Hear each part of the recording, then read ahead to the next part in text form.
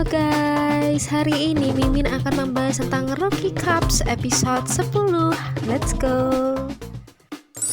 Di episode 10 ada adegan di mana Enkang dan Sohyun itu di dalam mobil, dan di situ teman-temannya mengira bahwa Enkang dan Sohyun itu sedang berciuman, padahal enggak ya guys. Setelah mereka berdua keluar dari mobil, teman-temannya itu ngira bahwa Enkang dan Sohyun itu datang untuk menolong mereka. Lalu ada tukang paket yang datang, dan di situ mereka sudah bersiap-siap untuk memergoki tukang paket tersebut. Tukang paket itu ternyata disuruh sama seseorang guys, dan di sini mereka berencana untuk mengepung penyuruh dari anak ini. Dan pengirim paket ini sudah setuju dengan rencana dari Enkang dan teman-temannya. Mereka akhirnya berpura-pura menjadi orang lagi di taman gitu guys, tapi penyamaran mereka itu ketahuan, dan akhirnya teman dari pengirim paket tersebut langsung lari kabur. Mereka mencoba mengejar teman dari pengirim paket, namun gagal, dan mereka memutuskan untuk pulang ke rumah masing-masing. Setelah sampai di depan rumah Enkang memberikan ciuman goodnight kepada Songkyun, dan di situ mereka akhirnya kiss gitu loh guys. Nah, karena mereka itu kisah di depan rumah Enkang, tiba-tiba ada kakak Enkang yang datang, dan akhirnya mereka kepergok dong, ketangkap basah sama kakaknya. Tapi kakaknya chill banget, dan akhirnya kayak ya udah deh, kan anak muda gitu kakak. Lalu keesokan harinya Prof Cha memberitahu kepada murid-murid KNPU bahwa mereka semua telah selesai pada semester ini dan dilanjut dengan program magang selama 2 minggu di tempat yang telah ditentukan. Dan ternyata Enkang, Kim Tak, dan juga Songyun itu dalam satu divisi. Kemudian di tempat magang mereka memiliki mentor masing-masing. Kim Tak dan juga Songyun itu mendapatkan mentor yang enak gitu loh guys, aman gitulah. Tapi Enkang mendapatkan mentor yang sedikit menakutkan. Di sini nasib Songyun juga kasihan guys, karena dia setiap hari mempunyai tugas untuk membersihkan toilet.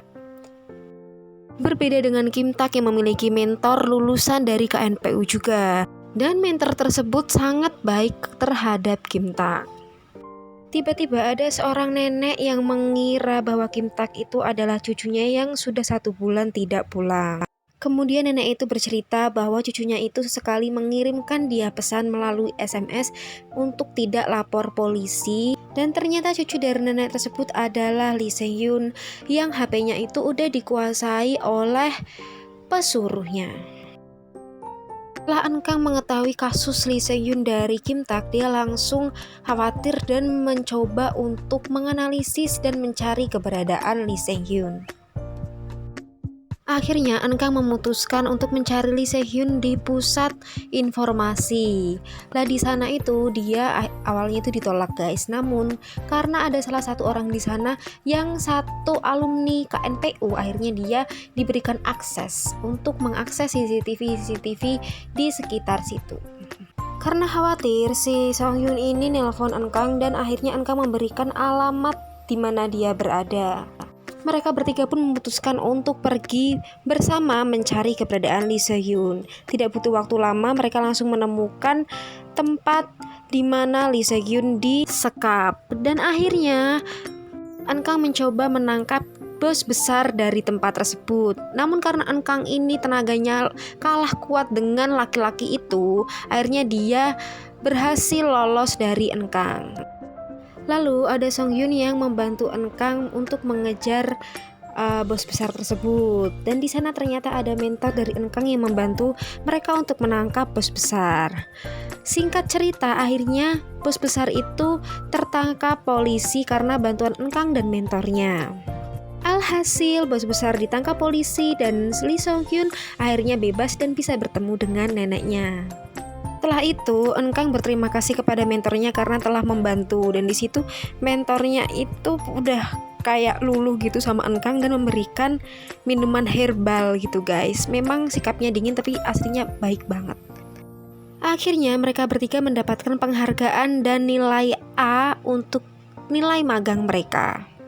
Dan akhirnya mereka semua itu berpesta. Dan di tengah-tengah pesta, Songhyun tanya kepada Kim Tak di mana toilet. Dan saat dia menuju toilet, tiba-tiba dia tertabrak oleh seorang wanita dan HP mereka itu tertukar. Karena tertukar, dia meminta tolong Enkang untuk menelpon HP-nya. Dan ternyata keadaan wanita itu sudah tidak berdaya dan di situ ada seorang IO.